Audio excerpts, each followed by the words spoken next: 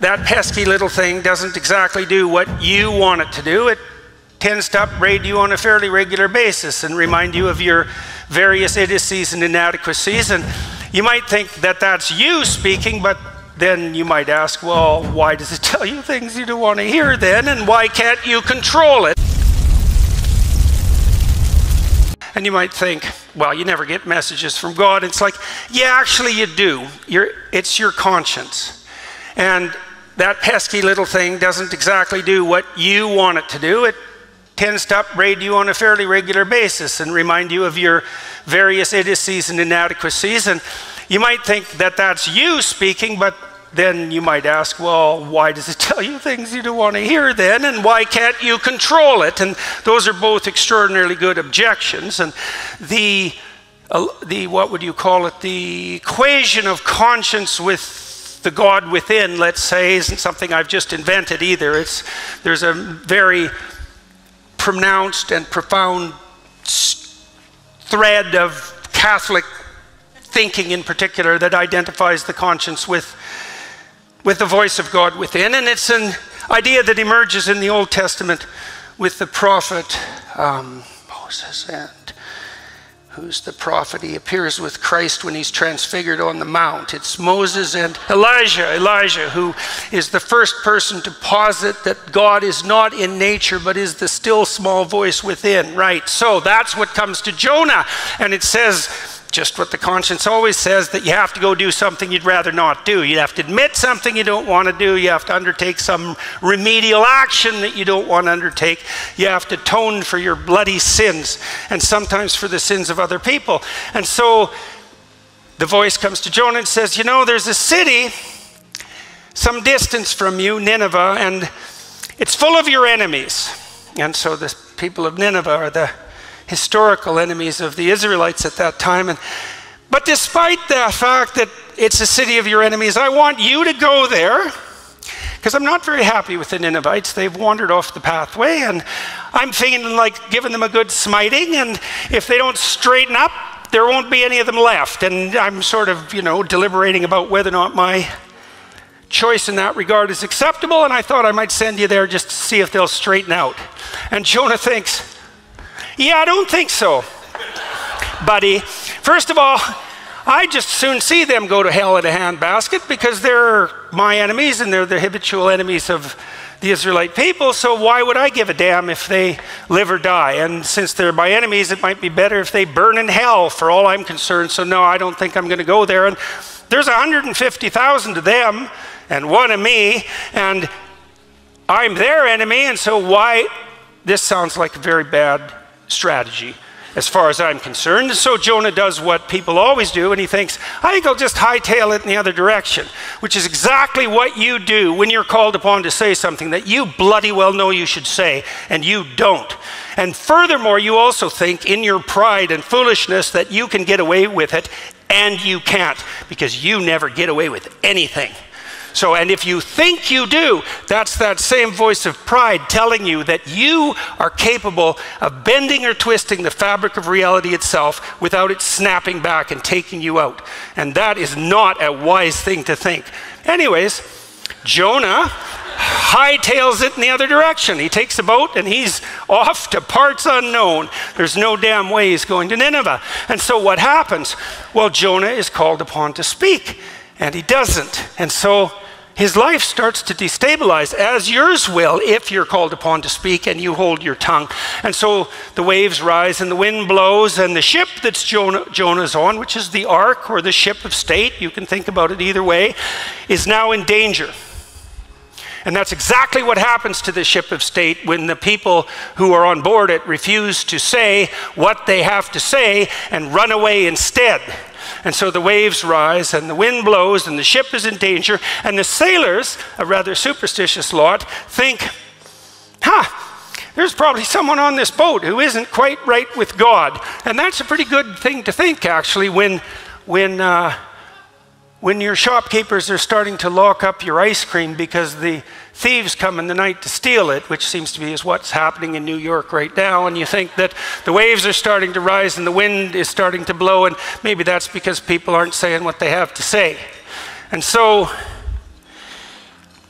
Jonah is asked by the sailors, is everything okay with the God you worship and you? And Jonah, who's still a relatively honest man, says, well, no, as a matter of fact, I had a direct commandment from Yahweh. And they say, well, who's this Yahweh? And he says, well, he's the creator of the entire universe, which makes him first and foremost among the gods. And the sailors are pretty short-circuited about this because they're worshiping these low-level gods who are maybe in charge of like the local tavern or something. And now they've come up with Yahweh, and he's like king of the universe. And now you have Jonah, who defied a direct commandment.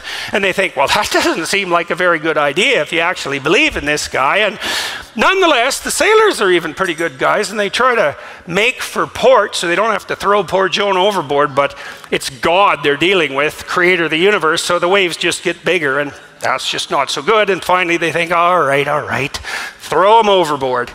And so he's overboard. And so what's the moral of the story there? It's like, keep your mouth closed when you have something to say, and let the cat take your tongue when it asks to, and you'll end up drowning in the briny deep.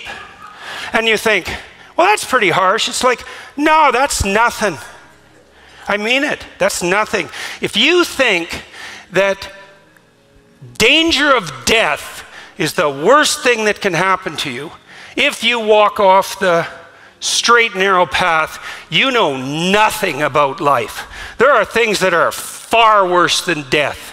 And if you have even the least bit of familiarity with the catastrophic history of the 20th century and all the brutality that went along with all the silence and lies, you'd know perfectly well that death is one of the things you have to fear the least.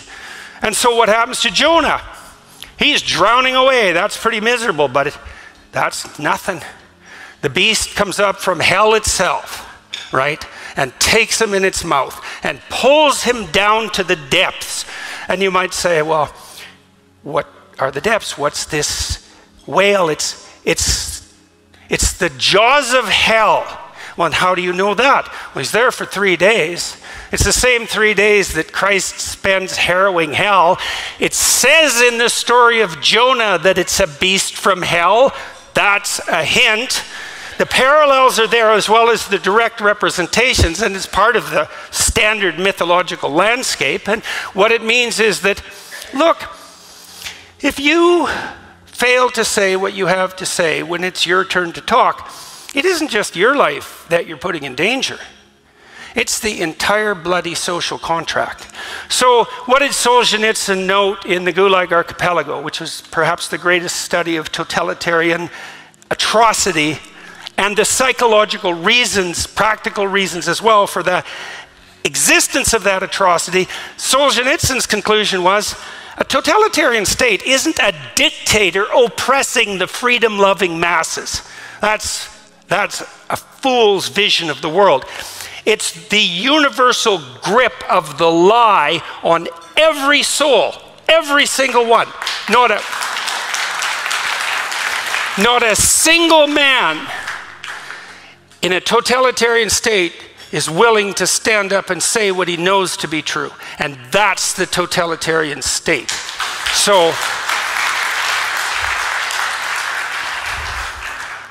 So what happens if you don't say what you have to say?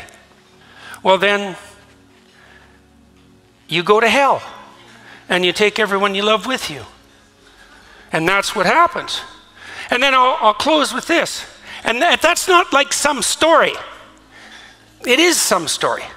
But it's also what actually happens, as bluntly as it can be stated. And so that's another reason why it doesn't take courage to say what you have to say when you're called upon to speak. It takes wisdom, and that's not the same thing. Okay, and I'll close with this. Here's something to think about as well. I've been writing about the story of Abraham. Abraham's an interesting story. Eh? So it opens up with a guy who's already in paradise. At least he's in the socialist utopia paradise. And I mean that. In that he has everything he needs given to him. So his state has fulfilled for him the Marxist dictum of each according to his need. Abraham has rich parents. he has everything he needs in his tent. He can lay there and let half-naked slave girls wave palm fronds over him, eat peeled grapes. And he does that till he's like 75. And no wonder. Anyways, a voice comes to him and says, okay, buddy, up and at him. It's time to get away from your tent and get away from your mom and get away from your dad and get away from your family and your tribe and to go out in the world and have an adventure. And so Abraham listens. Oddly enough, he listens, and he goes out on his adventure, and it's one bloody cataclysmic catastrophe after another.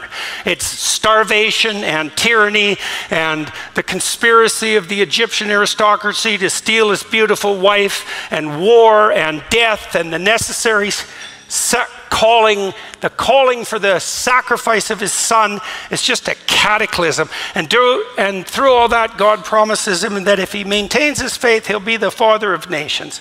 And what does that mean? It means if you have the adventure of your life, then everything that could possibly be granted to you will be granted to you. And then you might ask, well, how do you have the adventure of your life? And the answer is, you tell the truth. You exercise your right and responsibility to free speech. You tell the truth. And then you might say, well, why is that an adventure? Well, first I could say, try it. But I could say, let's explain it. Why is it an adventure? And also, why is it your adventure? Well, if you're lying, whatever happens to you, that's not your adventure. If you're lying and something happens to you, that's the adventure of the spirit of the lie. The lie that you think you told, but that actually possesses you. And the adventure of the spirit of the lie is hell. And so that's not a good idea. So it's not you that has that adventure, because if it was you, that would be you speaking. And if it was you speaking, that would be your truth. That would be the truth. That would be your adventure. And then you might say, well, if it's my truth, it's me, but why is that an adventure? And I can tell you why that is. Imagine that you're having a conversation with someone, and you've already decided what you want the outcome of the conversation to be. You want something from that person. You want them to sleep with you. You want them to give you money. You want them to admire you. You want them to think you're beautiful. You have some instrumental goal in mind, and maybe it's even a somewhat noble goal, but it's instrumental. You craft your words so that you manipulate the situation, so that you obtain from the person you're communicating with, the crowd you're communicating with, what it is that you want. And maybe you get it. And then maybe you say, well, what's wrong with that? And what's wrong with that is like, well, what the hell do you know?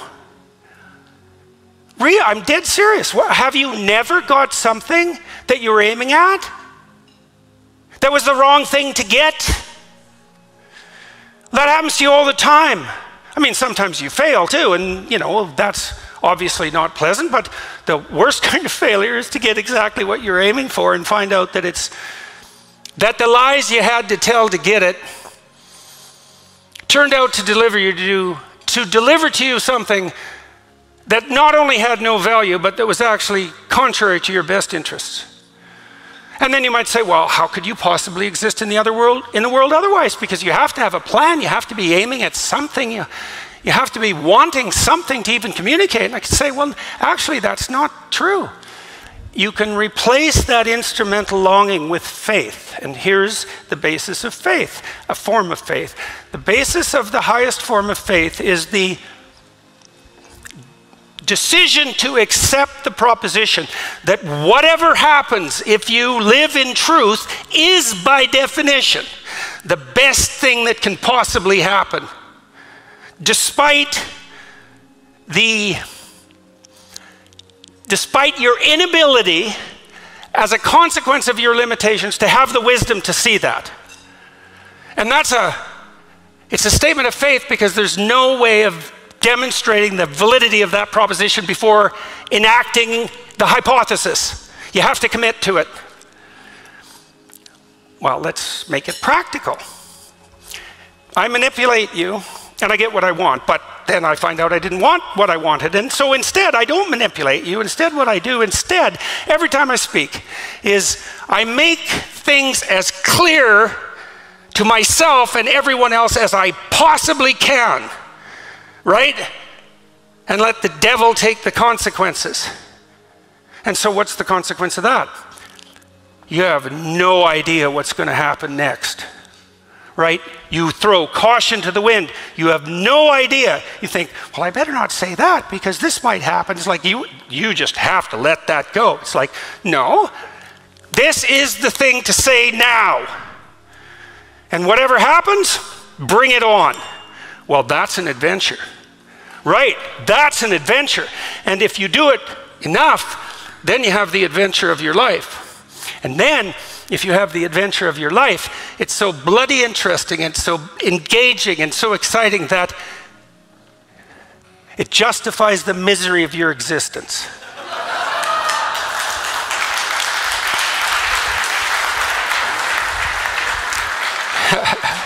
So I know that. And that's why I say what I have to say. And that's why I said what I had to say tonight. And so, thank you very much.